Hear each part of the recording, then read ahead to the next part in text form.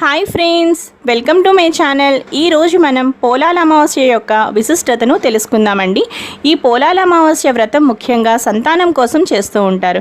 అలాగే తన సంతానం చక్కగా అభివృద్ధి చెందాలని ప్రతి పెళ్ళైన వారు కూడా, ఆడవారందరూ కూడా చేస్తూ ఉంటారు. ముందు ముఖ్యంగా పోలాల అమావాస్యలో మనం చేయవలసిన పూజ ఏంటి అంటే కంద మొక్క, బచ్చల మొక్కకి పూజ చేయాలండి. కంద మొక్క ఎలా తీసుకోవాలంటే, ఒక కంద మొక్క అంటే ఒక తల్లి మొక్క, అలాగే కంద మొక్క యొక్క రెండు చిన్న పిల్ల మొక్కలు, అలాగే బచ్చల మొక్క ఒకటి, బచ్చల మొక్క యొక్క రెండు చిన్న పిల్ల బచ్చల మొక్కలు అన్నమాట. ఇలా తీసుకోవాలండి. ఇప్పుడు మనం కంద మొక్కకి అలాగే బచ్చల మొక్కకి మనం పసుపు తాడు అంటే పసుపు కొమ్ముతో తయారు చేసి పెట్టిన ఒక పసుపు తాళ్ళు తయారు చేయాలండి. అవి ఎలా తయారు చేయాలంటే, దారాన్ని 9 పోచలుగా వేసి ఆ దారానికి పసుపు రాసి పసుపు కొమ్ము కట్టాలన్నమాట. ఇలా మీరు అమ్మవారికి అంటే కంద మొక్కకి అలాగే బచ్చల మొక్కలకి అంటే మొత్తం అన్నిటికీ కలిపి ఒక 2 తీసుకోవాలండి. అలాగే పూజ ఎవరైతే చేసుకుంటున్నారో వాళ్ళు కూడా తయారు చేసుకోవాలి. అలాగే ఇంట్లో ఆడపిల్లలు ఉంటే తప్పనిసరిగా వాళ్ళకి కూడా కట్టాలి అండి. ఇప్పుడు బచ్చల మొక్కకి అలాగే కంద మొక్కలు మొత్తం ఆ మొక్కలో ఉన్నాయి కదండి, తల్లి మొక్క పిల్ల మొక్కలు, వాటన్నిటికీ కూడా చక్కగా పసుపు రాసి, కాండలు ఉంటాయి కదండి కింద, వాటికి చక్కగా పసుపు రాసి కుంకుమ బొట్లు పెట్టి అమ్మవారిగా భావించి మనం పూజ చేసుకోవాలన్నమాట. ఇప్పుడు మనం పోలాల అమావాస్య కథ చదువుకుందామండి.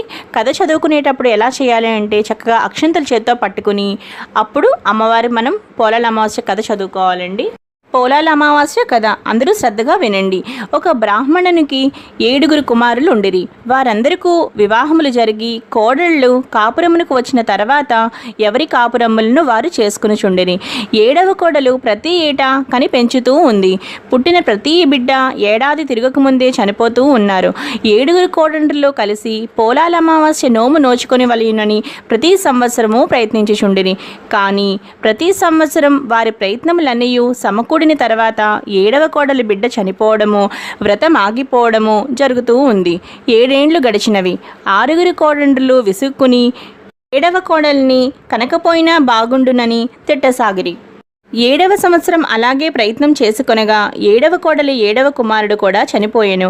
అప్పుడు ఆ తల్లి ఈ విషయం బయటకి చెప్పకుండా చనిపోయిన కుమారుని చాపలో చుట్టుపెట్టి తాను కూడా మిగిలిన వారితో పాటు వ్రతం చేసుకుని చీకటి పడిన తర్వాత బిడ్డ శవమును ఎత్తుకుని పోయి ఊరి వెలుపలి ఉన్న దుర్గాలయం నందు ఉంచుకుని ఏడ్చుచుండగా దేవి ప్రత్యక్షమై, కుమారి శోకింపకము, ఈ అక్షతలు తీసుకుని పోయి నీ కుమారులను పాతిపెట్టిన చోట చల్లుము, వారు తిరిగి బ్రతికెదరని చెప్పి కొన్ని అక్షతలు ఇచ్చి అచ్చటనున్న కుమారుని బ్రతికించెను.